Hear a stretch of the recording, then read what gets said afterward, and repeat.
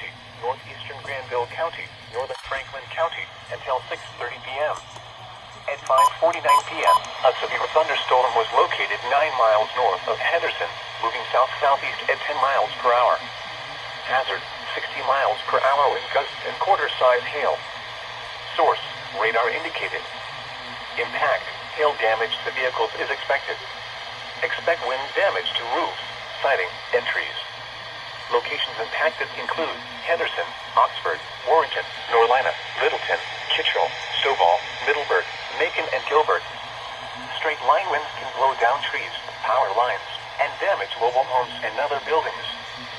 Seek shelter in a sturdy structure until the storm has passed. Stay away from windows as flying debris generated by damaging winds can be deadly.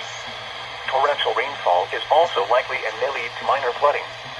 Repeating, a severe thunderstorm warning has been issued until 6:30 p.m. for the following counties in North Carolina: Franklin,